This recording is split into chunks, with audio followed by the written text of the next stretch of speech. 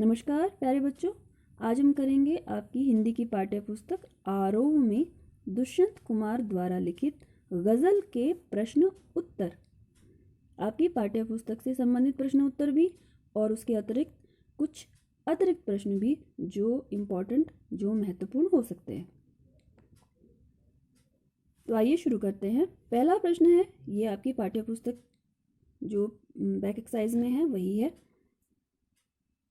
आखिरी शेर में गुलमोहर की चर्चा हुई है, क्या उसका आशय एक खास तरह के फूलदार वृक्ष से है या उसमें कोई सांकेतिक अर्थ निहित है? समझा कर लिखें। गुलमोहर एक फूलदार वृक्ष है। इसके नीचे बैठकर व्यक्ति को सुख और शांति का एहसास होता है। कवि ने इस शब्द का यहाँ विशेष अर्थ के लिए प्रयोग किया है। कवि कहना चाहता है कि मनुष्य अपने घर में शांति व मानवीय गुणों से युक्त होकर रहे और यदि उसे बाहर रहना पड़े तो भी वह शांति व मानवीय गुणों को बनाकर रखते हुए हम अपना जीवन जीते हुए दूसरों के जीवन को सुखमय बनाएं, ऐसा कवि चाहता है। तो यह है पहले प्रश्न का उत्तर। दूसरा प्रश्न, पहले शेर में चिराग शब्द एक बार बहुवचन में आया है और दूसरी बार एक वचन में। अर्थ एवं काव्य सौंदर्य की दृष्टि से इसका क्या महत्व है? तो इसका उत्तर देख लेते हैं। चिराग शब्द का शाब्दिक अर्थ होता है रोशनी या दीपक। तो पहली बार आया शब्द चिरागां, बहुवचन है जिसका अर्थ है बहुत सारे चिराग, यानी कि बहुत सारी रोशनी या बहुत अधिक मात्रा में सुख सुविधाएं।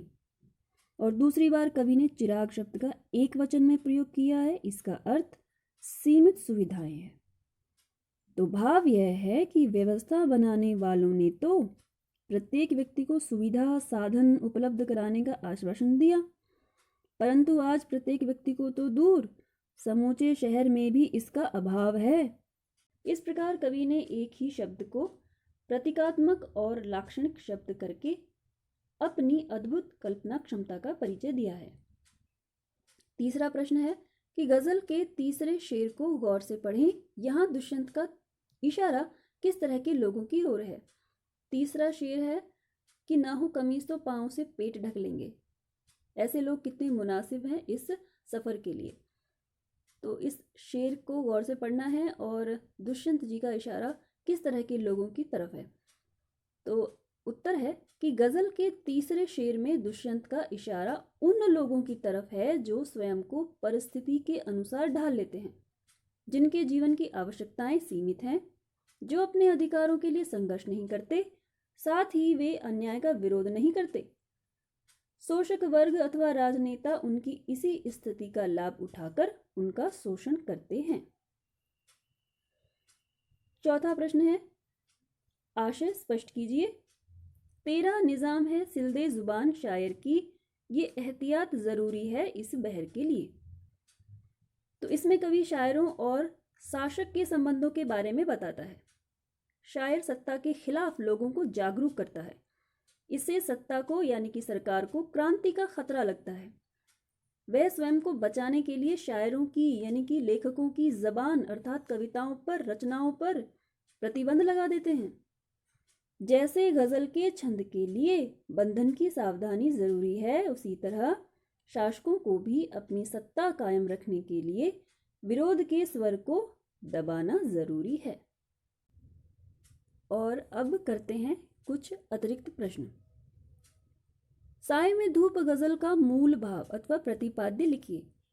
तो प्रस्तुत गजल में कवि ने समाज में व्याप्त राजनीतिक अव्यवस्था पर चिंता व्यक्त करते हुए लोगों को इस दशा को बदलने की प्रेरणा दी है। कवि को आशा थी कि स्वतंत्रता के बाद देश की दशा सुधरेगी, परंतु अब तो और भी अधिक बुरी दशा हो रही है।